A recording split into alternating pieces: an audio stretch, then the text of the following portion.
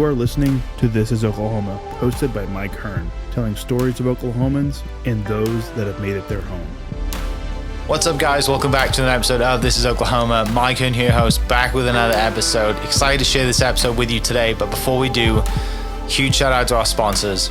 The Oklahoma Hall of Fame have been sharing Oklahoma's story through its people since 1927. For more information on the Oklahoma Hall of Fame, go to www.oklahomahof.com. And for daily updates, go to oklahomahof on Instagram and give them a follow. Our other sponsor today is the Chickasaw Nation. Now, the Chickasaw Nation have sponsored pretty much everything in Oklahoma. They're a huge supporter of Oklahoma. And it's an honor to have their name and their brand supporting this podcast. So a huge shout out to Governor Anatobi for supporting this podcast. It really means a lot. Our third sponsor is Diffie Ford Lincoln down in El Reno. Now, this one makes me so happy because these guys are great friends of mine, play a lot of golf together. I've bought my cars from them, do most of my oil changes down there, have a cup of coffee, hang out down in El Reno. It's a good spot to go. And not only are they great friends, but they provide a great service. So for over 60 years, third generation family owned Oklahoma business down in El Reno. They're also in Bethany as well. So people in the Bethany area know the Diffies really well. But if you're looking for anything new, used, Ford, Lincoln, or whatever, I'm sure they could find anything you want. Check them out, diffieford.net, and then on Instagram at diffiefordlincoln. This episode is brought to you by the Doghouse OKC. Recently, I have been in need of some doggy daycare for my two pups, and the Doghouse have come in clutch. The team over there are incredible. They've taken care of my two golden doodles, and so it's been an honor to partner with them on the podcast and share the love. And the one thing that I do with the sponsors that I have is stuff that I use and recommend, like the Diffies with my car, Hall of Fame. They're awesome. Citizens Banks, where I bank. Chickasaw Nation, huge supporter of Oklahoma. And adding to that is the Doghouse. And so if you're in need of doggy daycare in the day or boarding overnight, they do grooming and other cool things too. But I've had a fantastic experience, and it's an honor and a privilege to share this with you too. So go to thedogHouseOKC.com and follow them on Instagram at thedogHouseOKC. And hopefully our pups will run into each other. Turn your dream home into a reality with Home Creations, a family-owned and operated builder with over 40 years of trusted experience right here in Oklahoma. Call Holly at 405-364-9999 to schedule a showing or visit our website for more details. Home Creations, building homes, shaping futures, strengthening communities. What's up, guys? Welcome back to another episode of This is Oklahoma. Mike Hearn here, host, back with another episode down at Bedford's Camera today with a beautiful setup.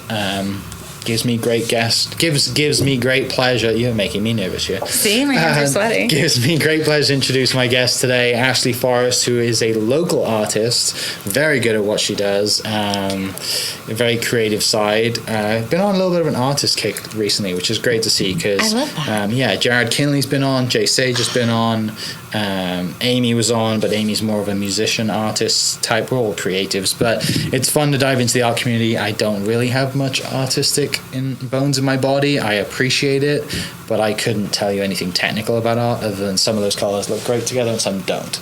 But yeah, I'm excited to. It is important. I'm excited to dive into your story. Before we do, though, let's talk a little bit about. You've had some shows recently, right? I have. How have they been? You know, the shows have been great. I've been really lucky. Yeah. And I'm just super grateful that Jack Fowler had me on. We had a show January 3rd, and it was my first solo show really ever. Yeah. And it was just really nice to have all of my people around me. The creative community came. They really showed up. We sold, I think, like 5 of 8 pieces, which was huge for me. I was like, what? I was just like, if one sells, I'm going to be so excited, you know? And so that was big. And then that was January 3rd. And then February 20th, I had my second solo show at Amshot. So I painted 8 new pieces in 1 month, which I don't recommend. It was just chaos. My living room was full of art. But that show opened. It was great. I've sold a few pieces to just, really, really cool people. I feel really grateful that my collectors are just really amazing people, and they keep buying art. That's awesome. Yeah, it feels good. And so JRB, I've got a show coming up on the 7th. and that'll be my first show at JRB. And like JRB is, the gallery. I feel like Here in Oklahoma City. Yeah, like once you show at JRB, you kind of arrived, So right. I'm just bringing one piece because like everybody else in that show is super talented, and I'm coming off these other shows, but I'm just really grateful to be a part of that. And a lot of the kids, I don't say it with the kids, but they put me in this show of 35 and under. I'm really 38, so don't tell anybody. They're kids. But they are, but like, Ray Stone, they're all people that showed at Forma, and it feels really special to be showing with them now. Like, it's kind of coming full circle. It feels really nice. That's brilliant. I saw mutual friends of ours got some totes, right? Got some Andy, Ricky, and Boom. We're going to order some more totes. Custom totes, limited numbers. And then I did see Jake Yunker bought a piece too, right? Oh, Jake's been amazing. Oh my gosh. He reached out and he's like, we should grab coffee. I'm like, he is so cool. And I think he and I are working on a show now. So I guess he does like these really fill his house with art, and then he invites like these cool people for a dinner, and then he opens it up on Saturday and has like 100+ people. Oh, wow. Yeah, so I've got another show coming up with Ernesto that's a solo show. So once I get through that, Jake and I are going to make some magic. Great. I don't know if he has a pool, but I'm like, all right, it's looking like a summer show to me, right? Yeah, definitely. It all happens, right? Get some music, get some good times going, and I mean, hope people spend some money, but you got to get them. And Andy is such a great collector. Like, what a cool person to, she and her husband both bought pieces. She and Daniel are great. So I think the more you dive into like our like mutual friend group and the people that's in this creative community in Oklahoma City, you quickly realize that like it's such a small town. It is, but everyone's there. We got a lot of cool people here. There's so many great people. It's awesome. It really is fun. I'm grateful every day for that. So going way back, are you just like scribbling, drawing, just making, messes and coloring everything as a kid, or does art come later to you? Growing up, I used to tell people I was going to be a starving artist, like when I was in elementary school. And I don't know if I got that just because that's such a common phrase, but like I'm going to be, like my best friend and I, it's funny because she's a musician, I'm an artist, and we've been best friends since we were 6. And that's always been kind of like our plan. It kind of got beat out of me as I got older, You get to high school and on post and you're like, I've got to make a living. And so you don't ever think like, I'm going to go do art, That seems ridiculous. So here we are, I think a couple existential crises later and some gardens and some life knowledge. And you're like, okay, now it's time now I've got something to say, So you've gone through all the experiences that most artists go through, right? But you can draw from it as creative experiences. I haven't cut my ear off yet, but not yet. I'll keep it, I think. Yeah, I hope so. So do you grow up in Oklahoma City? I did. We moved here in 1988. My parents met at Louisiana Downs, and that's like a racetrack in Louisiana. And my dad actually got a job here. He was a sports writer. He got a job covering Remington Park when they opened. So it was a lot cooler in 1988, right? There was still some grandeur to the track. And so that was fun. Like we moved here and I've been here ever since. With Dad being in kind of the sports writing business, did he kind of want you to be in that space? Did you think, you mentioned your parents met at a racetrack, like, do you want to get into horses? Were you into horses growing up? Well, so my mom actually trained horses, and that's like when they met at LAD, that was what she was doing. And so I think she always wanted me to live that life. So I did. Of course I rode, We've got the State Fair Arena down here, and that's like every big horse show, especially like in the 90s. Like that was Morgan World, like Arabs, National Show Horses, the reigning championship is still here. Like everybody was coming to Oklahoma City. Yeah. So my mom would just pull me out of school sometimes, and I would just go to all the horse shows with her. But later on, she became an interior designer, and I think while she was going to school, like I was an only child, so I was always helping her mix colors. She was always driving me through these like classic historic neighborhoods and telling me what was so great about that, what's so great about that. And so I think a lot of that kind of shaped who I am. It's fun to listen, to go back and like think about your story, right? And pull now, especially into pull and be like, oh, that's why I do things that way, because of this experience that I had when I was 7 with my mum. Or it's just cool to look back. But you didn't want to get into showing and riding horses or training. Oh, I did that. I mean, when I was 13, I went to like the world show, you know, and was like top 10 in the world. And then I think, where do you go from there? Is that the one that's in Ohio? I was here. So it was the Morgan show. Okay. But that was super fun. But I mean, it's expensive. Yeah. It's expensive. And we were not expensive people. Right. Like, it was really everything we had to support that habit. So as I got older, I think I just started worrying about making money. I think the reality of being alive set in. I was like, okay, well, what were you showing specifically? Like, what kind of like the Prancy Morgan? It was saddle seat equitation and park. So English, like up in the bridle, and not like hunt, but it's like the lesser known. I feel like even in Oklahoma, when I try and tell people what I did, they're like, because so I know a little bit about it. There's like the English side, right? It's like the jumping and the hunting side, and then there's like the Western side, which is like the horsemanship and reining. And then there's like a triangle. There's a third side, you know, and it's like up in the bridle and derbies, and like I was a little girl in a 3-piece suit, and like my head was so big they would have to buy me men's derbies. So it's not a lot has changed. It's fun. Do you miss it? I do. I mean, I would love to do that, but again, it's just so expensive. Yeah. Like, when was the last time you rode a horse? God, showing my age, probably like, I don't know, 15 years ago, 20 years ago. It's been a minute. It's been a long time. Yeah. Yeah, I should. I bet. Then you worry, like, do I still have it? It's like riding a bike, right? I guess it depends on the horse, right? I don't know. Horses, I wouldn't know, but I would assume it's like riding a bike. It was fun though, you know, because like I said, I grew up. We didn't have a lot of money, so they'd always put me on the horses that like weren't really broke, but showed a lot of promise. I think that was like the trainer in my mom's eyes. She was like, "Well, this horse is going to be a beast. Like, put her on it." And then like, you know, I get thrown across the arena, and they're like, "Get back on the horse." So there was some something taught there, you know. With art, then growing up, are you like? Do you remember kind of just? Like, do you have like, you know, drawings and paintings on the fridge growing up? Are you painting and drawing horses? Like, what? I mean, take me that time in your life, in your childhood, when you're, you know, traveling around showing horses, but also art is clearly a passion as well. So my grandmother did a great job of keeping all of my crappy art from my childhood, which bless her, thank God she did that. And a lot of it is really like me and my best friend's clubhouse. We got little drawings of that, you know, but now we live together. So I'm like, we manifested all of this. This was meant to be. Awesome. But yeah, a lot of horses, a lot of just weird rabbits. And I don't know. I was looking back at them at this show January 3rd. I brought our lure, I was calling it. I was like, well, that's the book of all my crappy art from when I was a kid. Yeah. So I brought it to the show. And, you know, I had some good ideas, I think. But yeah. I'm glad it wasn't like a consistent thing. I think I needed to come back to it.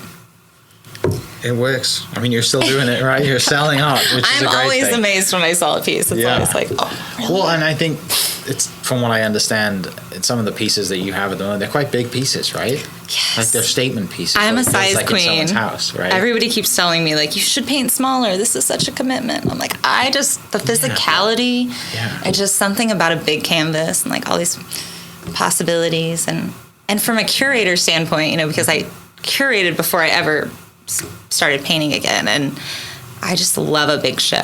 I love to like walk in and just be like in somebody's psyche, you know. Curated like shows, or like what do you mean by that?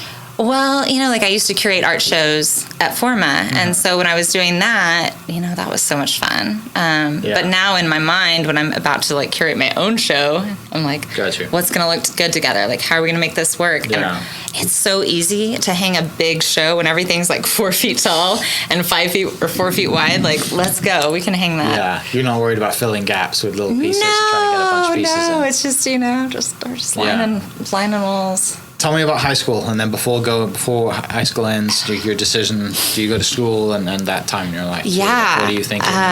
So I was like the weird art kid in high school. Okay. And, you know, I pursued other things. I went into like more of a marketing and sales immediately, and I ended up just doing a lot of random jobs, but I feel like I've lived so many lives, you know? But I went into sales pretty early on. I was working for Auto Envy when I was like in my early 20s. Okay. It was like Auto Trader, but Auto Trader was like, we're going to cut the magazine. And these girls that had worked for Auto Trader were like, we're going to pick up that. So they did. And they killed it for like 5 years. It was amazing. They were like, you know, it was really a fun company. They were bonusing us and like Louis Vuitton bags. It was a good time. Advertising to car dealerships. Okay, cool. So essentially, yeah, I would like, get dressed up and take some cookies and go try and like talk to the general manager. It was fun. You and your I made team, money. all girls walking in. I mean, that was what we did, It was, I think I wore most of like my express like club gear kind of clothes to like go in there. It was ridiculous, but it worked. And they would give me just the most crap territories, I was driving to like Stillwater, or I'd be on 39th Street, like so many dealerships. I mean, so many. So you're like, you can hit all these. And some of the people that have dealerships are still like my very close friends, but it was just a funny.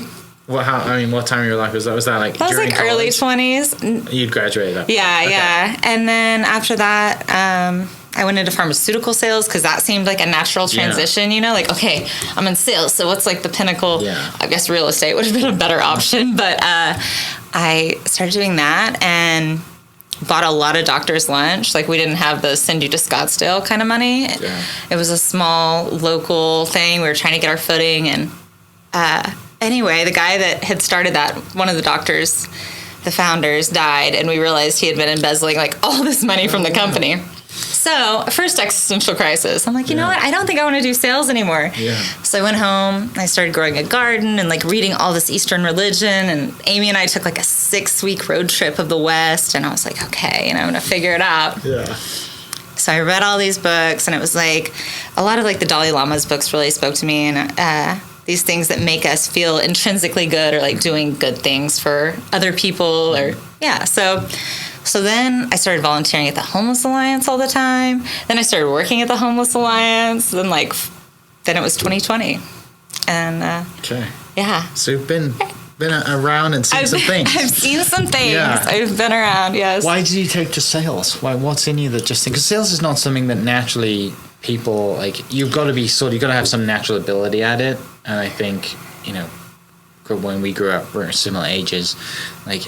The typical salesman wasn't what typical salesman is today. Yeah. Right? It was more of like in person, knocking on doors, doing this. Whereas now it's like social media and create videos and do that. Oh yeah, right? It was like let me go. Yeah. So a lot of mine was like traveling salesperson. It still seemed like when I was doing it. Taking rejection really well. Yeah. That's not easy to do. Well, that's why it's so easier to make art now.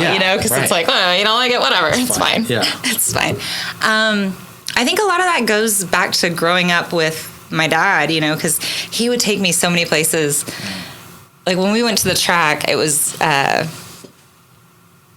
you shouldn't take a 7-year-old to the racetrack, right? But we would go there, we would go up to the press box, we would like race and check out the VCRs tapes so we could watch training races. And then we'd go down to the paddock and talk to the jockeys and the trainers. And then he would like take me to the suites, and we always had people around, but he would just always be like walking like he owned the place, Yeah.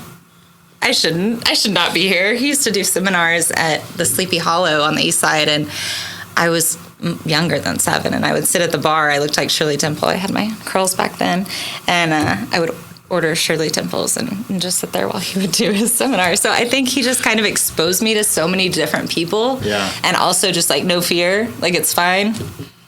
Yeah. I mean, I think I was more nervous about coming on this podcast than I have been in a long time. Like, I'll hang my art and be like, well, who cares what they say? Yeah. But talking, ooh. So sales, I mean, that's not something that's easy to do, but obviously where'd you go to school before that? So I grew up here. I went to BC North. Okay. My grandfather, like, desperately wants me to go do something with my life. He's like, you can't be an artist. This isn't sustainable, Ashley. I was like, the world's on fire. It's going to be fine. It's going to be fine. I just sold like 4 or 5 pieces my last show. I mean, but like, they're still like, I don't think she has a job. I don't know how she's doing it down there. Yeah. So get into sales. Like you said, you've kind of been pretty self-sufficient on your own, doing your thing. And then you go and tell me about this like journey across the West. And you go with Amy. Oh, it was so much fun. Who'd you go? So Amy is my best friend. That's like a big part of my life. Okay. That's like my platonic. Amy Downs. Go to a date with Iris. She's like the best florist in the city. She and Chris Balbon will hook you up. She's amazing. Been best friends since we were just little kids. Yeah. But she had been working at like Will's Coffee Shop on Western, and had just gotten her job at A Date with Iris, where she still works, and she's like, just her and Chris. And I had left this job, not on purpose, but I had a little bit of money saved, and I was like, we're never gonna have this chance again. And I guess it was like 2014. We packed up the dog. We packed up this Sequoia that was like her mother had given her. That was like the 7-passenger thing that we just, and all of her little brother's like Eagle Scout stuff. Like we were going to go camp. We didn't know what was going on, but we had like 2 coolers, the dog, like just the whole thing was full. Taking on the world. Yeah. And like we would leave and we wouldn't know where we were going to go the next day. We're just like, we'll figure it out. We didn't camp one time. We brought all this stuff to camp and cook and whatever. But luckily we didn't run out of money and we made it back safe. But we saw so many beautiful things. We went to, Durango and up to Yellowstone and then out to the Pacific Northwest and through the redwoods and Pismo Beach and some random places like that. But God, the West is just such a great road trip, Anytime anybody's like, do you want to go? I'm like, yes. Like the Grand Canyon and like the Moab and Zion. I mean, there's so much cool stuff. Have you done the road trip west? I've been out there a little bit, not to that extent, but I have seen it, and I need to go back. I need to do what you did. I need to take 6 weeks, take the dogs, jump in an RV, and just bounce. It's so much fun. Yeah. No regrets. No regrets at all. No, I love that. Any cool memories from that time, or anything that you brought back with you that you're like, I mean, it's quite a freeing trip after your kind of, I wouldn't say chaotic sales time, but you said you go through some crisis. Yeah, and so I'm interested to hear, how you found peace in that next 6 weeks and what it's like being out just in the middle of nowhere with your best friend and a dog and just completely free to the world, thinking, I don't know where we're going to go now. Tomorrow, we'll figure it out. Yeah. I mean, like it's rare. You feel so alive when you have no idea not only where you're going the next day, but what am I going back to and what am I going to do with the rest of my life? So, nature makes the best stuff is the biggest takeaway from that. Let's protect our national parks. That's my main point here. But I mean, we had great experience. I think everybody should go away with their best friend for a little bit. Like that's just, I don't know if there's anything tangible that I really brought back. I know we had a really cool experience. She had a guitar that was made by like this really small boutique in where was it? I don't know. Where was the place with the big Santa Monica? Yeah, I was like a guitar company. Yeah, I was like, we've got their Ferris wheel down here. So we had a really great experience with them. We needed something repaired on her guitar, and she went in, and it ended up like the founder was there, and they were about to do this guided tour, and people had come in from like all over to take this tour. And this was the craziest guitar shop. Like, I'm not a musician, but they had all these different sustainable wood they were using. So like some of it was like from a shipwreck and some of it was from like, I don't know, just crazy stuff. And they were so nice. They fixed her guitar for free. They were like the sweetest people. It was so special. So I think that was maybe like the best like memory with people. Yeah. But then we had so many great memories with, the land.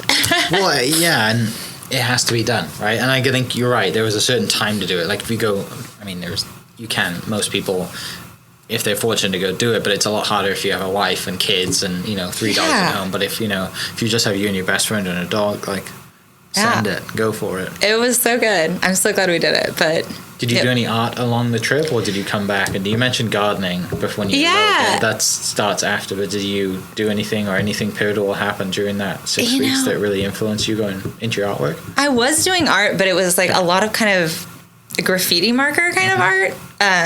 Like canvas board and like things that would not be considered like real art. It was like very like, but it was fun and it got my creativity flowing. And I've always drawn. I've just never taken myself very seriously, and I still don't. Yeah. I mean, I'm glad that it's working out, but like technically I'm probably not that good, and I'm glad that I didn't go to art school because I feel like they would have like hammered all this out of me, like. Yeah, I think Jay talked a lot about that too, like that creative side. There's like just you're naturally creative. Like just yes, there are certain things I'm sure that you should be doing or shouldn't be doing, but just if it works, right? I'm sure there's stories like some of the best out there probably never went to school either. And some of the ones that went to school failed, and they're probably accountants somewhere. And so I mean, I feel like you don't want to get. I don't know enough about the art world to tell you that it's what you do is not good or not, but no, good. It's to me it looks great. Oh, thank you. But like in my mind, I hear like my high school teacher's head, which Leanne Campbell was amazing. She would always tell me though, like you got to give your picture somewhere to live. It can't just be floating in space, and you can't put a black outline on anything, and you can't do, I know it's egregious. Like some of the things I do, I know has no business in like a serious art conversation, but what is that though? You know, I mean, it's like once you institutionalize the arts, like, yes, there's a benefit to it, but also like, let people do what they want. If it sucks, it sucks, you know? Well, I mean, what was it? There was someone duct taped a banana to a wall that's for like 1.6 mil or something. Like, right? It's just crazy. You know, like, I think what you do is a lot more creative than that. Thanks. I wish it was as lucrative. Well, that too, right? So that happens. You come back. You've had the great 6 weeks, great experience. Yeah. I'm sure you wish you could do that every year. 2014, what's the state of the art market in that time? And then do you decide to go, you mentioned going into volunteering and coming back with this kind of sense of like, I really need to help. Does that happen after? You know, that did. I think I came home and I didn't know what I was going to do. I still didn't know. And I had never sold a painting at this point. Yeah. You know, like I wouldn't sell a painting until after Forma closed. Like, Zonley bought my first painting. Which, did he really? Yeah. What a hero. What a great guy. That's Buffalo blessings. I mean, such a blessing to me. And then I came back. We'll go back. That's another story.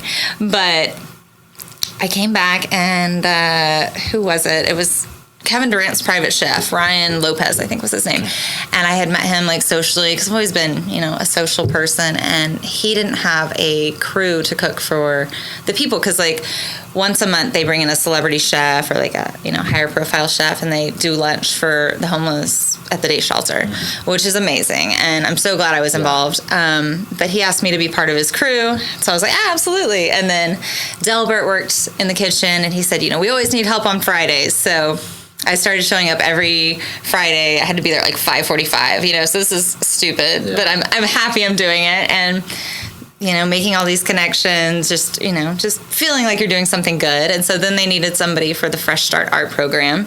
So then I was there on Wednesdays, then on Wednesdays and Fridays. And then at some point I started teaching like a yoga class there or something. It was just silly. But then they needed someone to work there. They're like, hey, do you want a job? Like you're here a lot. And I was like, yeah, you know, because I've been very much like, I'm just going to open myself up to the universe. Like whatever happens, we'll just go there. Which is this podcast. Yeah. Well, like just say yes. Just walking through doors that naturally open. Yeah, right? yeah. Because you never know. And it's a lot easier to close a door behind you that you've already walked through than it is to not even know what's on the other side. Yes, I'm going to walk through. Just we'll figure it out. Yeah. So Zonley buys your first piece. How long have you known Zonley for, and how does that happen? How does it lead to you even wanting to sell your first piece? Yeah, you know, Zonley, I was a big fan of his. He had shown some amazing work at Forma, and really, like, Forma was kind of coming to an end. I think this was like February of, was it 21? I don't know, 22. But the last show at Forma, I decided, like, I want to paint something, which I had not painted the entire time. People always ask me, like, you know, like, oh, why don't you show your work? And I was like, it's not very good. So you just jumped from 2014 to 2021. Oh, yeah. Well, I mean, I worked at the Homeless Alliance, and then... How long did you... So you're at the Homeless Alliance for quite a while. Like 5 years. Oh, okay. Yeah. Gotcha. Okay. Yeah, So I ended up, like... Just for people listening. Being kind of in... I worked at the day shelter. I was the lead intensive advocate, but I advocated for all these homeless people to get, like, their housing. And, like, I mean, it was, like, every day I would show up and put a list out, and there were, you know, 500 people that needed something, and they would come and sign the list, and I would just see as many people as I could every day. So we get to 20. So Forma is happening alongside all of this. No, Forma happens in 2020. Okay. How silly of us to open a business in 2020 in the middle of a pandemic. I think our grand opening was like set to be in the middle of like a mayor's 10-day shutdown. So we had to like put it over that. It was right after the election. So it was like November of 2020. At least opening up Forma.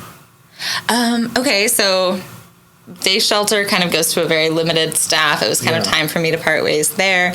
And so I go, and I just started having another existential crisis walking out at I was walking like 14 miles a day and learning Italian the whole time. And so then, Carter and I started talking about him opening like a second location, which was high-end eyewear. And to me, I was like, oh, this is pretty tone deaf, because there wasn't a doctor. We didn't take insurance, but he was like, you can have a gallery. We can go in and, Yeah. and you can have your thing and I can have my thing. So that was so special to me because it shouldn't have worked. It was just the city was so desperate for community, I think, that I really lucked out timing wise. Like business wise, probably not a great time. But I think everything had been shut down and everyone was so isolated and nobody was doing shows, and artists especially, like you have to have that community to survive. And so I lucked out, and I think our first show was Jakayan Parks, who, he got flown out to Paris by Louis Vuitton a couple of years ago. Like, it really worked out. And he brought in this amazing crowd. We had Cora Waves was our DJ for the first opening. We had, I think, Amber Foster was there. Now she was like the second person to buy a painting. And I just met the amazing people at the opening, and it kind of started to snowball. And then the next show, Christian Dixon and Ray Stone, and it just, we got some amazing talent. And I've always been kind of an art fangirl, even if I wasn't in the arts, I always knew who all the artists were. I've always bought local art. And I remember that. I distinctly remember the photos with Steven.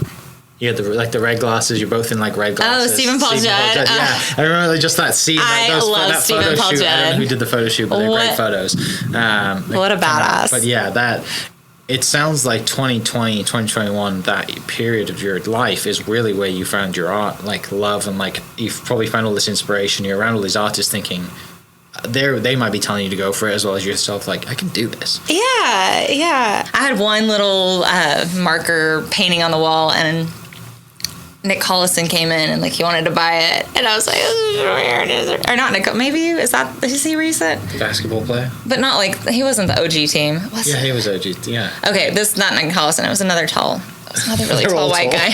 I know, they're all but tall. He was white. Yeah, okay. It was 2020. And his name was Nick. Oh no, maybe not. Okay. Sorry. So there's a basketball player that wants to buy your stuff. He came in and he took pictures in our glasses, and he brought some other NBA players in. I should know his name. I'm just really. You'll leave. My sports writer dad would be Ashley. But what was his name? Oh well. Can you figure it out? I would have to pull up my whole. Well, we can pause it. Can we pause it? Yeah, let's find this. Yeah, we need to find it. We'll be right back. Sorry, guys. We'll need to find out what this is. Mike Muscala. Okay. 6'10". It's really tall. That's tall, dude. It's a really tall guy. Yeah. Okay. So Mike Muscala comes in and says, "I want to buy your piece." Yeah, and I was Brings so a few of his nervous, and I was like, I don't even know. So did it have a price tag on it? No. She didn't I didn't sell it to him. I was really? I got all nervous, and he was like, well, think of a price and I'll come back. And so he didn't buy it. So I've still never sold a piece of art, right? And I'm like, yeah. Are you freaking out at this point? 35 what am at this I doing? point. Why don't I have a price on my artwork? I should know this stuff. Or do you just it's fine? I didn't really care. Okay. I think, it would have been cool to have him be the first, but I think it's kind of worked out the way it did, you know? So, but I felt honored that he thought it was cool. And it was one of my, trippier little pin things. It wasn't these big crazy paintings. So, but that was kind of what brought on Super Tiger. So it was the last show at Forma.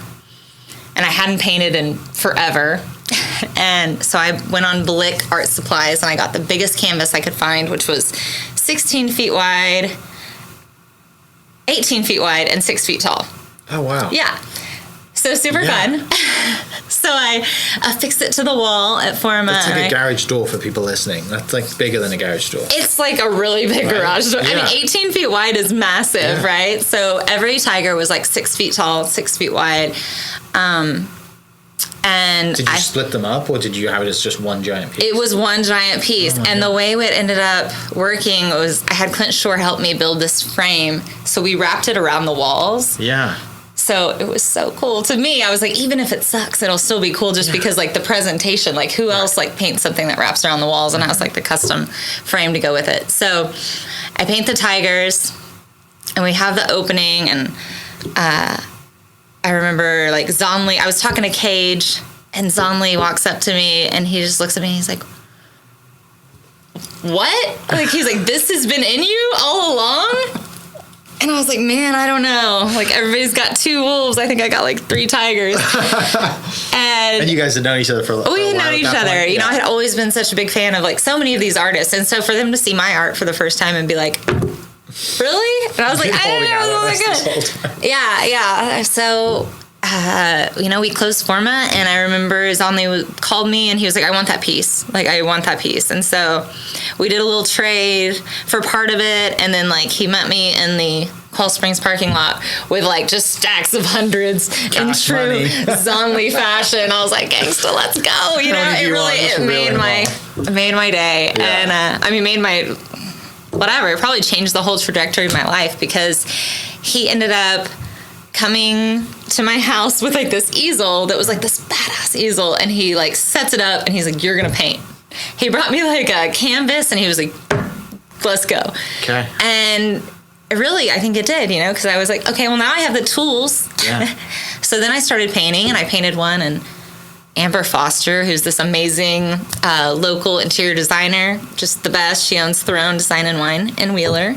We'll plug for her. Mm-hmm. She bought my first piece, and you know, the whole journey has been kind of funny, because if I sell a piece this big, or even just to get canvases, I have to borrow my friend's, like, flower shop van to do anything, because I have, like, this little Audi. And so I go to deliver this piece, and then she sees, like, another piece I'm working on, so she ends up buying, like, the second and third piece that I made. Yeah. So now I'm like, so I got Zomley and Amber Foster and Blev, and it just kept going. Like, every time I would paint a piece, you know, by the grace of God, somebody was like, I want it. I'm like, well, this is crazy. But so I was just posting them on Instagram, and now people will meet me, and they're like, you don't have a website, you don't have a LinkedIn, you don't have business cards. If they want it, they'll figure it out. I don't, but I'm working on it. I've met some people that are like, we're going to help you with this. So I think that kind of, your community gets bigger, you get more help, and people say you should really be more professional. Tell me about that, when Zolny comes to the house with all your equipment and the easel and everything and says you're going to paint. Like, tell me about that. Like, do you stop painting immediately that time, and you guys hanging out and he's painting, you know, you're painting? Or is it like he drops it off and you're like... So I think there were a few times that I would come to, like, his studio, and he would just be like, throw some paint at the wall, you know, like, because have you ever been to his... It's crazy in there, right? And so it's so fun, but it's like the most freeing experience, because you're not worried about, like, where the paint's going to go. Half the time it doesn't even go that way. Right. So, you know, and then he's teaching me, like, okay, this is how you're going to lay down this, and this is how you're going to do that. And I still hear his voice all the time, like, you should put some water on that brush, your paint would go further, because I'm always just, like, a big dry brush. Like, I don't know. I'm just like in a frenzy when I start painting, and I'm not, like, thinking, like, okay, where's my painting going to live? It's like, so, I think that was super freeing. Like, we painted this, we've got a collaboration kind of thing that, like, we did. That's these 3 wolves. That's really cool. I'll probably never sell it, but it's just a fun one. It's not, like, really the style I do now at all. Yeah. But it kind of got everything flowing. I was trying to replicate the tigers, and I'm like, that's never going to be something I can replicate. It's like this glitchy, like, tattoo kind of, I don't know. Yeah. Talk to me a little bit about your process. How do you dive into your creative side? Where do you draw inspiration from? And how does that happen? I think it's different with every painting, kind of. I think sometimes I'll, like, envision kind of a place I want this painting to live, like, not on the canvas, but, like, a room. Yeah. You know, I think my mom being an interior designer later in life, that kind of helped me, like, think, okay, like, I want this to be kind of this sexy Miro, Picasso, whatever, and just, like, elevated, but then sometimes, like, my brain and my old graffiti habits kind of come back, and I just start painting something ridiculous. I don't really know. Like, this last show, I had to paint so fast that I started putting down these big blocks of abstract, like, shape, and then pulling faces out of them, kind of like if you were looking at, like, wood grain, you know, and they'd be like, that kind of looks like that kind of looks like that. So sometimes I think as I progress, I let them come a little more naturally. I don't know if that's good or bad, but when I started, I was so scared to not know exactly where I was going. You know, it was just, I need to know exactly what this is going to look like before I start, like, transferring it onto the canvas.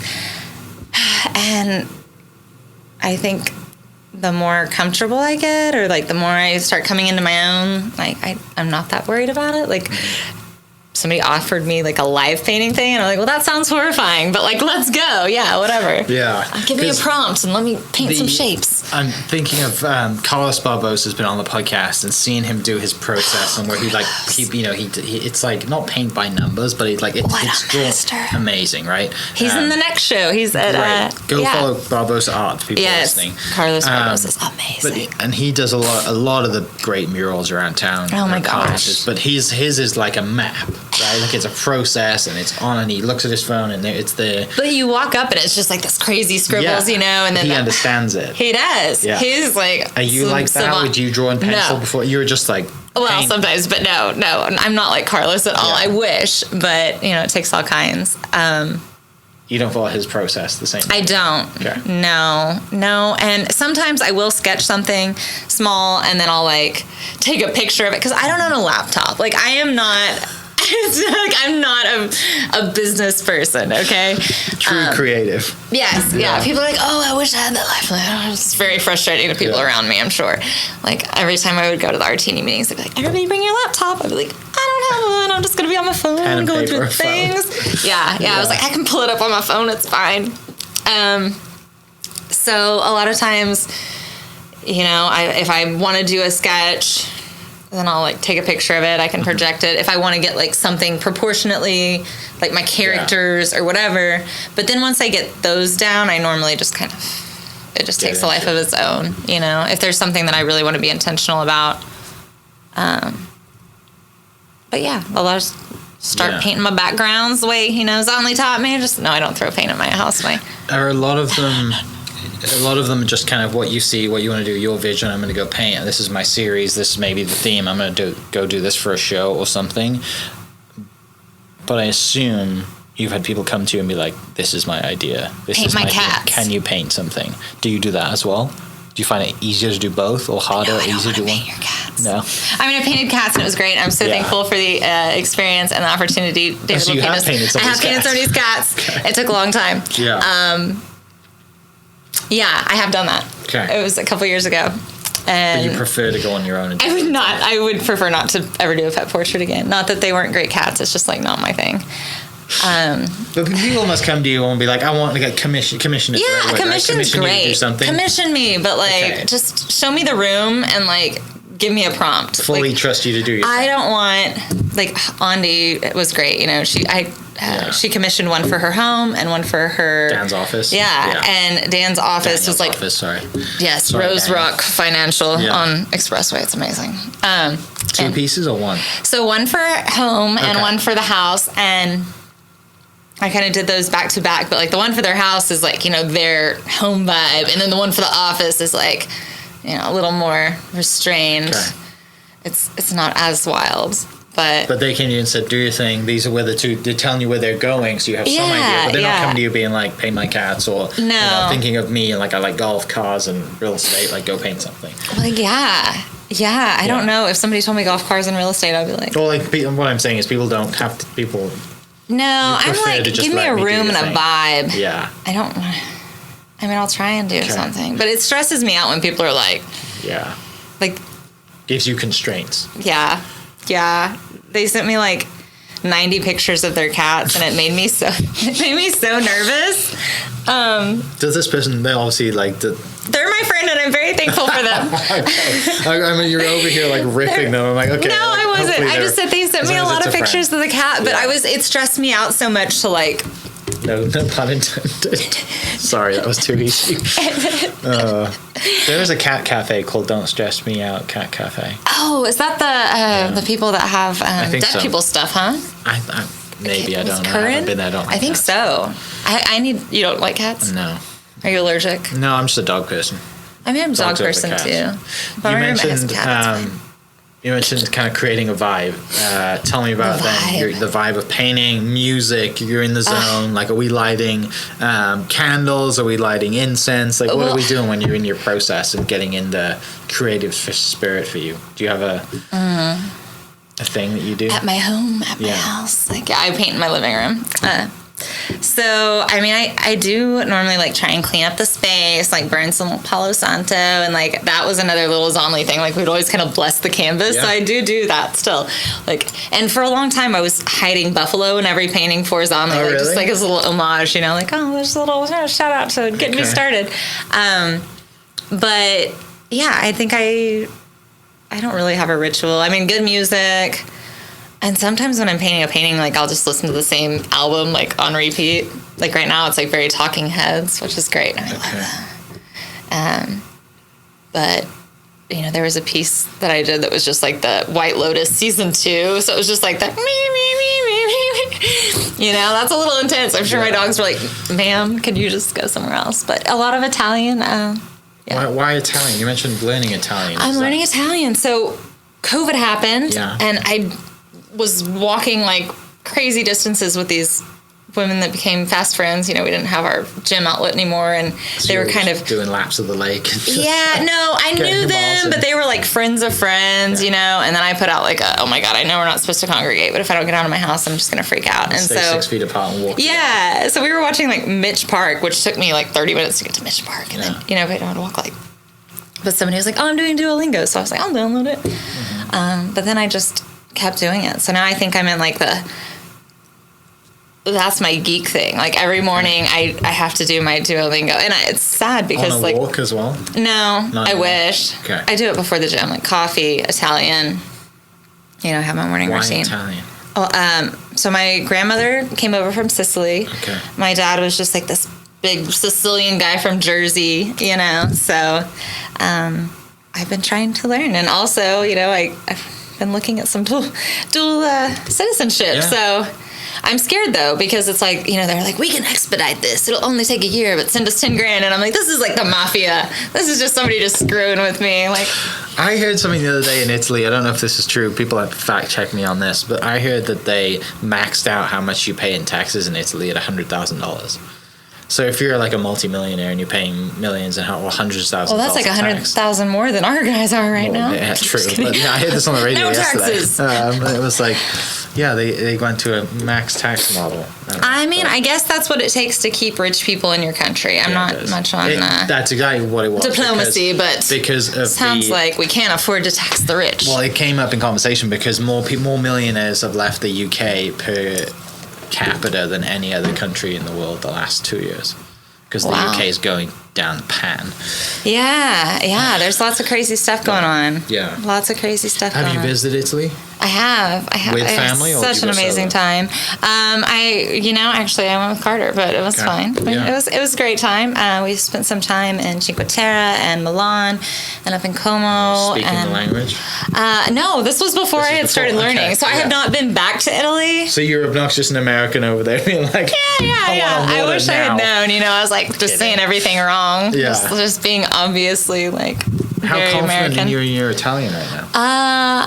You know, I don't ever speak Italian with anybody, need to find but someone. sto imparando l'italiano per 4 anni. Non sono fluente, ma sto provando. Pretty good. Sure. Yeah, I like don't I've speak been learning Italian, for but it 3 sounds years, pretty 4 good. years. Yeah. I'm not fluent, but I try. So, I mean, do you see yourself like retirement or spending? Yes. Yeah, that is like the only vision I have of my like. It's like I just want to retire in Italy. Yeah. I don't know, but I love my community. Like I want to stay here, but in the back of my mind, Yeah, you're like in a vineyard or on a side of a mountain. if they'll give in me a Italy. villa for whatever, Yeah. pay me 30 grand to It's manage not this. that much. I'm sure it isn't. I've got a lot of People need to move skills, to you know. Italy. I feel like I could rebuild this and like we Yeah. could do it. Have a gallery in Italy?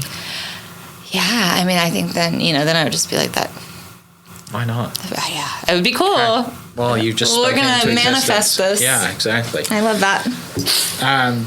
Take me to now. Since then, you obviously you talked about having Take your it start, now. doing your paintings, having a lot more friends around you give you confidence and diving into it and selling art.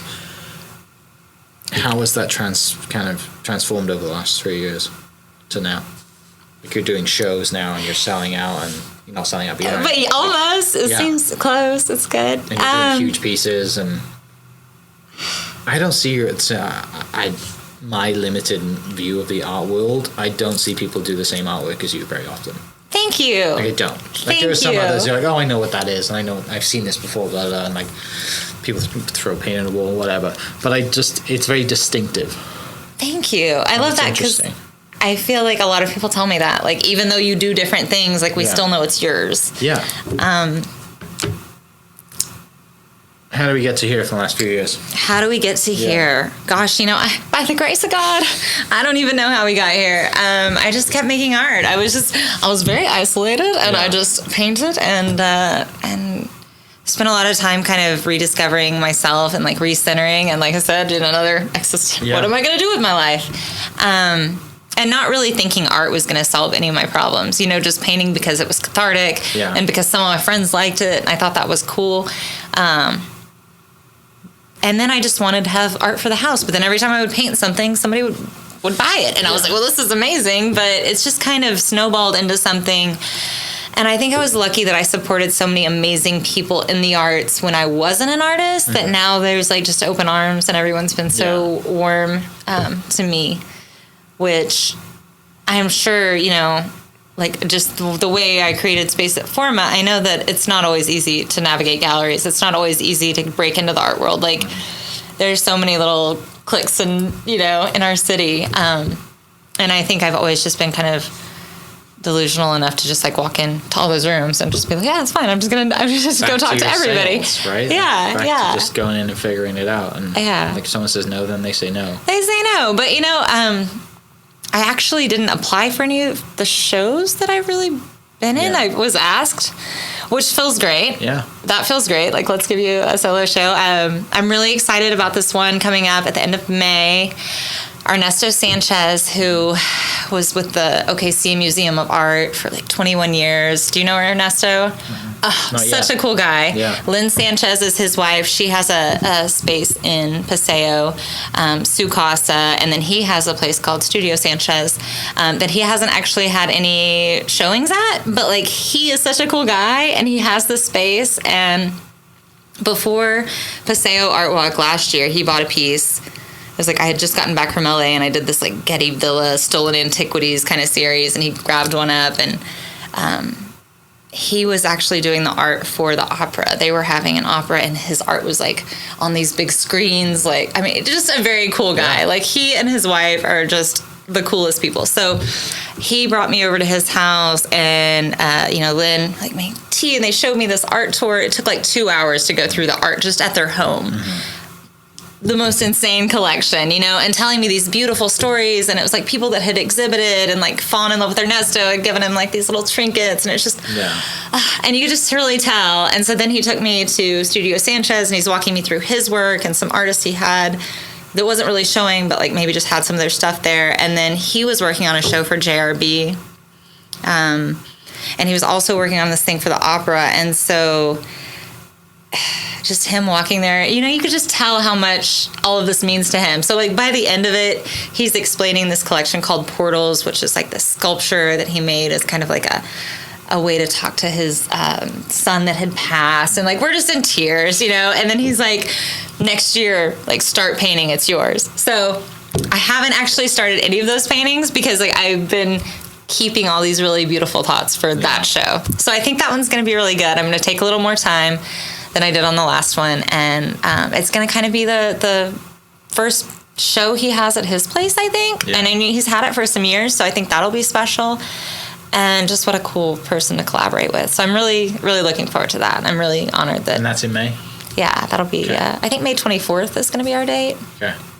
Not meaning to get like super deep, but like on a more like personal level. And art, you mentioned art can be kind of very therapeutic, and I think you said the word cathartic. Like, it's a safe place for a lot of people. A lot of people kind of, even if they don't sell their artwork, it's a good mental thing for them to do. It's great for the older generation to keep their hands moving and brain cognition and all that stuff.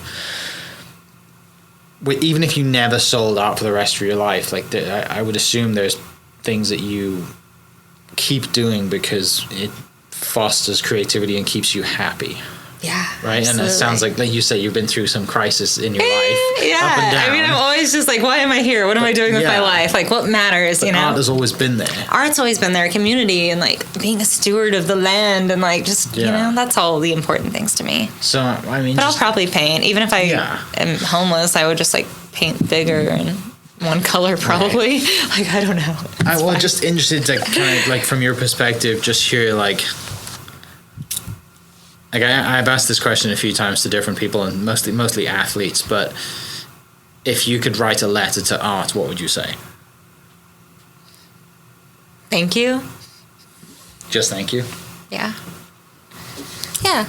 I don't know. I mean, I think it saved my life. Yeah. In so many ways, yeah.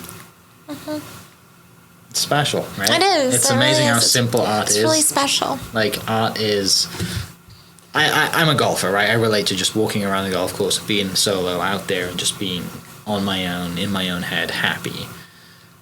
And with my thoughts and playing golf, and it's very freeing. Yeah. Putting that in your world, art seems like the same thing. Yeah. I mean, sometimes you're in it and you're just like, damn. Sometimes it's so fun. Yeah. And sometimes it's really like just But it comes retching, you know? across for you, right, on the canvas. Yeah. But sometimes like sitting with those things that you're thinking about when you're painting, like is really kind of, can be gut wrenching, you know, can be very isolating. So sometimes I'm happy when it's spring and summer and like I've got more things to do outside, because sitting at your house by yourself and like painting, like even when you're really satisfied with the way everything turns out, it's still not fun sometimes. Like it's not like every day you wake up and you're like, oh yeah, I get to do this, you know. Sometimes I sit there and I'm like, you better paint something, you know. Like I have a whole thing of sketches and it's just like, you better paint, bitch. That's like my prompt on my phone. So I don't know, I think I have to kick myself sometimes, because it is hard, like, to make yourself be creative every day. And I think you get so inspired by community and art, or, you know, nature and other people's art. You have to be out in the world. So for those couple months when it's just like snowy and like my other things I do shut down, it's just, it's hard. It's isolating. Do you do anything like every day? You mentioned creating, like whether it's just having a notepad or drawing, or just, you know, maybe it's not always a canvas when you're painting, but in what other ways are you creative? Lauren Kelly, another talented artist that's going to be in the show, she told me, like, even on the days you don't feel like painting, like being like creative, you still will like paint a canvas or do the edges or do something to put you in a better position, so that when you wake up and you are ready, then you're ready. You know, like, okay, my canvas is prepped, like the sides are painted. Like sometimes I'll spend a whole day like just putting D-rings on the back of stuff, because I'm like, when I'm ready. But I'm not in that mindset. And I think the older I get, like the more I realize, like if I wake up and I'm excited about doing one thing and I have the freedom to just do what I'm excited about, like take advantage. So I don't try and be too hard on myself on the days that I don't paint, because I know like the next day I might paint for like 10 hours straight, you know? But if you're not feeling it, like you don't really do anything good for the painting, you know, if you're putting weird energy out, like you can't force it. Well, and the older we get, I guess the more we understand ourselves, but also the less we probably stress a little bit about like getting stuff done, right? Yeah. Like what you just said, like if you're not feeling it, then it's okay to not do anything, not create anything today, because sometimes creating something makes it worse. Yeah. If it's just going to give me anxiety, like you have to give yourself grace and just say, you know what? Tomorrow will be a better day. Like today I should do my laundry and do this and do that and do these things that kind of clear my mind and make it more comfortable to spend a day painting. But there's a time and a place for everything, right? 100%. Yes, there is. To that point, time and a place for everything. It's probably you don't strike me at all as someone who likes to plan at all, right? Like you just like, how do I end up here? I just got let things plans. going. But you know, I say that to, there has to be some form of, you know, North Star for all of us. Is there anything that comes to mind for you that's just like, this is my North Star, other than retiring in Italy? I mean, you know, I would really like to have another gallery. I would really like to have a place to do that, because that's really like, I feel like more of my calling than painting even is, you know, but I think I envision something where like there's like all these kind of what they're doing at Canopy, but you know, just a bunch of kick-ass artists in the same space. And then maybe we help each other do group shows and just keep building the community and making space for people, because that's, you know, and then if I'm just being like personal, egotistical, and I want to be at Basel, you know, like I want a booth, let's go. I mean, I would, I don't know. Everything that happens is kind of surreal to me at this point. So it's like, that seems so lofty and cool, but like, yes, I would love to do that. Maybe, you know, the Paseo crew or the Plaza crew will let me go to Wynnywood with them or something, you know, let's go graffiti some stuff. But Sounds like you really like to host. I do like to have host. the community in your space, and there's part of you that's like, I just love bringing, because some people listening would be like, the last thing I want to do is host 30 people here. But Man, it sounds like you really enjoy it. That's bringing really people together. It is. It's so good, and just so many cool people came through Forma. Like we had such a great vibe, and all these curated group shows, and I do miss that. Yeah. I mean, it's nice to not host, but I feel like that's kind of my best thing I do. One thing I want to talk about that's very kind of apparent on your Instagram. I know you said you don't really do that much on Instagram, but we've got to talk a little bit about your style, your fashion, your aesthetic for you personally. A lot of long coats and long boots. Lots of boots, lots of coats. A lot of colors. I love color. Okay. I mean, I kind of wore my Today is a little toned down. I did expect you to come in white knee-high boots and a big blue fur coat, but it's okay. Next time. I was like, this is kind of my video game. Like, if I was just my avatar, like, this is what I would wear all the time. But I do love I love a fashion. Where does that come from? I love color, and I like doing things that are unexpected, and I love vintage, and I love... Honestly, when I was at the Homeless Alliance, I would see people with, very little resources do things that were so interesting and so creative. And like, we had Mime Jordan. He was amazing. I miss him. But I would see him make like a weave out of a mop, and it would be amazing. So it's like, it's not always about resources. Like you can, it is, but it isn't. Like I don't ever really shop off the rack anymore like I used to. Yeah. I like being unexpected and putting together fun things, and gosh, vintage clothes were just really made so much better, and fast fashion is such a problem. So I'm wearing like a Target shirt right now, Do you create a lot of your own pieces, or are you going in like kind of I just and go to being creative that way? Vintage places and Goodwill and whatever. It doesn't have to be like a fancy curated thing. Yeah. Like I'll hit the bins. Yeah, I don't have any shame. Like let's go. But and I think being around Amber Foster and Jakayan and these like just really cool kids, like I definitely made my fashion better, because it's like you just have to find that line of like, as long as it works, and on that freedom to go try something, right? To go do something. It's a little, but also I think the other thing too about just our mutual friend group is that you have it's when you're in that group and people are being bold, and you talk about Andy's style is I don't know anyone like that dresses the way that she does, right? Because it's she so can wear different. like a kitten hill and a trucker hat, and you're just like yes. And she always steals Daniel's hats, which I always give her She's crap such for. a badass.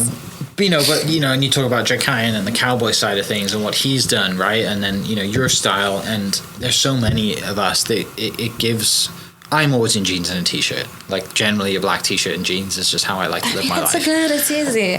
But there are occasions where I'm like, I'm gonna like just why not? I'm around like a good group of people. Like it's something about that core group of people that like gives you confidence and gives you the willingness to just be like, I'm gonna throw on that coat. We're always amping each other up, and it's so important to have that community around you that's just like do that harder. That's crazy. I love it. Go again. I feel like we all always pump each other up. There's not that snide.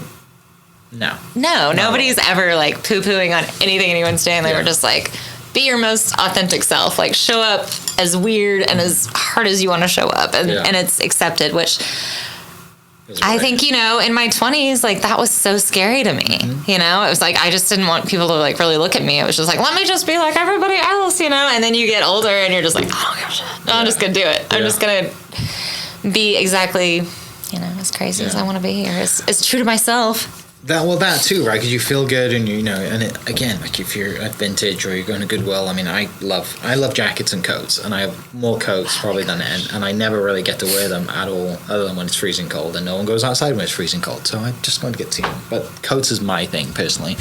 But when you talk about other clothes and other people and other, we're all there's inspiration everywhere, and our phones are endlessly putting us in, looking at things. It's so easy to find inspiration all over. My question related to inspiration, is there anything right now that you're really kind of drawn to, any kind of type of music, any type of artwork, any type of stuff that's really kind of piquing your interest at the moment? This present moment in time. I've been turned on to some Spanish surrealist women that were kind of contemporaries of Dolly, that like Leonora Carrington, and there's a few others that like we haven't really heard of that are so interesting to me.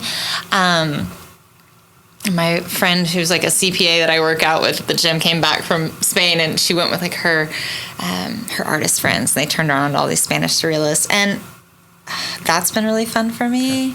I mean, just really trippy stuff, but like super talented women that I never heard of, you know. And now I'm like, oh, I love this. I'm so into this. And then I think for JRB, I tried to tone it down a little bit, like, but not really. I tried to make it a little more Miro or something, but it was still like a 3-headed bull, so I don't know if I did really good, but I don't know. I think you just find inspiration everywhere. Like, people think that it's inspired by one thing, but I have so much inspiration locally. Like DG Smalling and Polly and Denise Duong, and just like so many. I can look at my painting and be like, well, that reminds me of DG Smalling. People ask me if it's a continuous line, and I'm like, no, but tell DG it is. Yeah, he's a friend. He's got some special things going on, and Kelly's great too. Oh, I know. So happy for them. Do you name your paintings? I do, and most all of them afterwards, and most often it's something palatable, so I don't have to tell people what the painting is really about. Is there a hidden meaning in a lot of them, just for you personally? Yeah, we just don't talk about it. Okay. Because, like, I'll try and talk about it. People want to know, but I feel like I kind of talk myself out of sales sometimes. People really probably want to know what that's about. But that being said, everything now is going to be made, you know. So you name it after, not before? Because before, in your head, it's something completely different. I'm always kind of walking through, you know, I don't know what it's going to be. I don't know what I'm going to learn. I don't know what I'm going to be thinking about. Like, and sometimes at the end of it, I'll kind of know what it's about, but I'm like, oh, it's probably too weird to speak aloud. So I'll just throw like a song title on it or something. Because I just don't want to. People are learning all the people. Every listener to this is coming up to you and I'll be like, what's this one really about? What's it really about?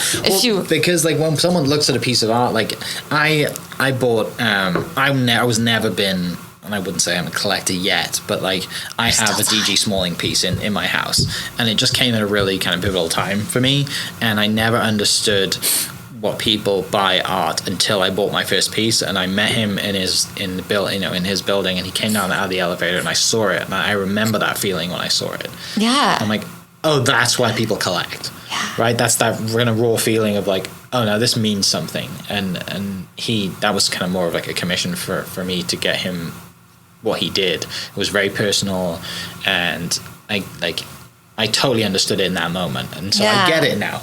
But there are people out there that just like, and they just buy and collect, and they see, and sometimes they trade, whatever. There's that side of it too. But for me, that was like the first time I'm like, oh, now I understand. Now I understand art, right? Because, you know, and maybe it's not just the commission side, but somebody looks at your piece and it speaks to them completely different to what you're telling. Exactly. That's why so I'm you like, don't let me step away. Like, I don't even want to tell you what this is about. You don't want to ruin that moment for them. Yeah. So, you know, Ray Stone is really smart. She says, none of my pieces are narratives. Yeah. These are all just like you and experience it as you will. And so I feel like I need to get better about that. Yeah. Like there's a picture of Picasso with a gun, and he used to just like walk around with a gun. Anybody that asked him like what his work was about, he'd be like, no. You know, I'm way too hostile. I'm not famous enough for that, but it would be legal in the state. No, I can't point it at anybody, but I can have it on my hip. But you know, like David Lynch is like, you know, expand on that. No, it's weird. I love telling people about other people's art. I love it when an artist has a story to tell me, like as a curator or like as a gallerist, to go and say, oh, this is what this meant for them. And I can tell other people's stories all day, but when it comes to your own, you're like, all my thoughts just get jumbled up. It's like a math problem. I'm like, how can I say this in a way that will make you still want to buy it? I lose all my sales skills, which is ridiculous. But I'm just like, oh, let's talk about this. But is that because like, is that like a self thing, like a self-discovery type thing, or you just don't feel comfortable talking about it as far as like losing I think I'm your trying to get better about it. It's not an easy thing to do. It's open not. up the toolbox and be like, this is who I am. It's on that canvas. Yeah. And this is exactly back to being therapy and having our personal moments painting, like some of those things are best kept to yourself, right? Yeah, it's kind of inviting people into your therapy session. When just let me be the girl in the weird coat, okay? Like, let's just not talk about it. It's fine. Do you like it? Is it a vibe? Can we hang it on your wall? Let's go. Yeah. But I think they're all kind of teaching things for me. Some of them are a lot more lighthearted than others. It just depends on which one. But I don't think people are going to listen to this and think that you're having a crisis every single time you paint. Oh, well, right? Like, they're not. It's I promise. 2025. No, I'm just kidding. I'm not. Okay. They've been collected, and it's not like a crisis. Like I'm in a ball. I'm just like by myself, growing a garden, paying attention to nature, reading, and like trying to get back in tune with myself. But I think that is like a lot of people never slow down enough to think about why we're here and what we're doing. And it's like we get so busy and we fill our schedules, and you just know like this is what I'm doing every day, and you don't really have time to think. So I think to not have the family aspect and still have all this freedom, there is a lot of time that I just sit here and I think, and a lot of that gets transmuted onto the page. So I don't know. We could dive into that. We're not going to, but we could dive way into that. I don't have anything to say about it anyway. That's probably for another time. Bringing this one home, last question, because I'm in the real estate world and people listening will know that what this question is. If you were to build your dream home today, what is your dream home? And what does that look like? As of today, because it might change tomorrow. But if someone came to you and said, you get unlimited budget, you get to build your dream home. Okay. I mean, I think Lee Morgan already did it. And that house in Sosa, it's just right on the corner by those funky apartments. There's a few there. Yeah, there's a few in Sosa, right? But it's got this great landscaping. It's like a corner lot, and it's just this big, beautiful. I love Sosa, but I mean, Do you know Brett and Michelle that live over there? Last name? Who own Midtown Order House? Oh, yeah, Nelson. They're great. Yeah. They live over there, right? Yeah, they do. Yeah, they're cool. They're great art collectors that don't have a piece yet. Yeah. He keeps buying Porsches, that's why. Hey! Yeah. So, tell me about that. Explain it. I just... Non-negotiables. What's in the house? What do you need? Non-negotiables. Okay. This is hard. I should have really... This is like you always end with this one, and I listen to... Okay. Not always. It's more of a recent thing. It's a 2025 thing. Okay, so scratch Sosa. I would really like to have a studio. I would really like to have a garden. I do love mid-century. Like, I live in a mid-century kind of ranch right now, and I really love that. Like, I don't know, but it has to be, okay, I can know what it doesn't have. Yeah. It doesn't have subway tile. It doesn't have a floating island. It doesn't have an open floor plan. It's, kind of old and weird, kind of like me. I'm not big on the trends, so I like the quirky, weird things. My friends have a airplane bungalow in Putnam Heights with this huge garden and a greenhouse, and honestly, their house might be my dream house but some of the doors don't close right, so it's old houses are cool. Okay. I don't think I answered any of those questions. I'm so sorry. I know what you like and what you don't like. We'll figure it out. I'm sorry. It could change tomorrow too, which is the beauty of it. It probably will. But the constant thing that you talked about is that there would be a garden. And so let's finish with that. What's your gardening journey been like? And because having a garden in Oklahoma is impossible with the weather. It's seasonal, which is nice. Sometimes. It's funny because one of my good friends actually owns Brooks Garden Exchange, and so I have been doing landscape design for him. And so I have been designing these great little butterfly gardens and different gardens in Crown Heights and Putnam Heights and Heritage, and it's been really fun. I will drive by houses and be like, I designed that, and that's super fun. But something about being outside and slowing down enough to pay attention to, especially when you're gardening, with doing a food garden, I feel then you notice every little pest, everything. So now I just do flowers, so you don't have to care that much because I don't want to put any pesticides out there. But I think everyone should have a garden.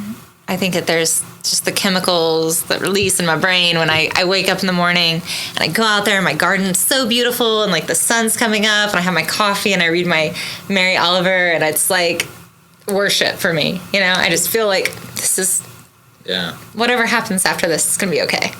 Okay. Where do people find you? You don't have a website. I don't have a website, But but Victor said he's going to get me one, so it's going to be great. Instagram @_Ashley_Forrest, because Two R's. that's my name. 2 R's, yeah, like Forrest Gump. Ashley Forrest. ASHLEY FORREST. You have a show. The big show is going to be in May. I have a show that is a big group show on Friday. It was just Carlos and some amazing artists. I'm so grateful. And then, yes, May 24th, I'm just going to solidify that. Sorry, Ernesto. I hope it's that day. We're going to do a big show at his place, and it's going to be his first show, and I'm just really, really grateful that he asked me to be a part of it. Awesome. Well, thanks for coming in. Thanks for sharing some Thank stories. you. Thanks for being vulnerable and telling personal stories and not yes. diving too much into it, but diving into it. I appreciate it. That's And people listening definitely appreciate it. So people listening, I'll put Ashley's Instagram down in the description down below. Go give her a follow and go buy a piece and support local artists. As everybody that she mentioned is also a rock star too. So thanks for listening. I'll catch you next episode. Cheers. Hope you guys enjoyed that great episode. Thank you so much for listening. As always, huge shout out to our sponsors, the Oklahoma Hall of Fame, sharing Oklahoma story through its people since 1927. For more information on the Oklahoma Hall of Fame, go to www.oklahomahof.com and follow them on Instagram for daily updates @OklahomaHOF. Our other sponsor, the Chickasaw Nation, amazing sponsor. They do amazing things for the state, and they're always sponsoring something in Oklahoma. They're a huge supporter of Oklahoma, and without their support, we wouldn't be able to do what we do. And our third sponsor is Diffie Ford Lincoln down in El Reno. Now, this one makes me so happy because these guys are great friends of mine, play a lot of golf together. I've bought my cars from them, do most of my oil changes down there, have a cup of coffee, hang out down in El Reno. It's a good spot to go. And not only are they great friends, but they provide a great service. So for over 60 years, third generation family owned Oklahoma business down in El Reno. They're also in Bethany as well. So people in the Bethany area know the Diffies really well. But if you're looking for anything new, used, Ford, Lincoln, or whatever, I'm sure they could find anything you want. Check them out, diffieford.net, and then on Instagram @DiffieFordLincoln. This episode is brought to you by the Doghouse OKC. Recently, I have been in need of some doggy daycare for my 2 pups, and the Doghouse have come in clutch. The team over there are incredible. They've taken care of my 2 golden doodles, and so it's been an honor to partner with them on the podcast and share the love. And the one thing that I do with the sponsors that I have is stuff that I use and recommend, like the Diffies with my car, Hall of Fame. They're awesome. Chickasaw Nation, huge supporter of Oklahoma. And adding to that is the Doghouse. And so if you're in need of doggy daycare in the day or boarding overnight, they do grooming and other cool things too. But I've had a fantastic experience, and it's an honor and a privilege to share this with you too. So go to thedoghouseokc.com and follow them on Instagram @thedoghouseokc. And hopefully our pups will run into each other. Turn your dream home into a reality with Home Creations, a family-owned and operated builder with over 40 years of trusted experience right here in Oklahoma.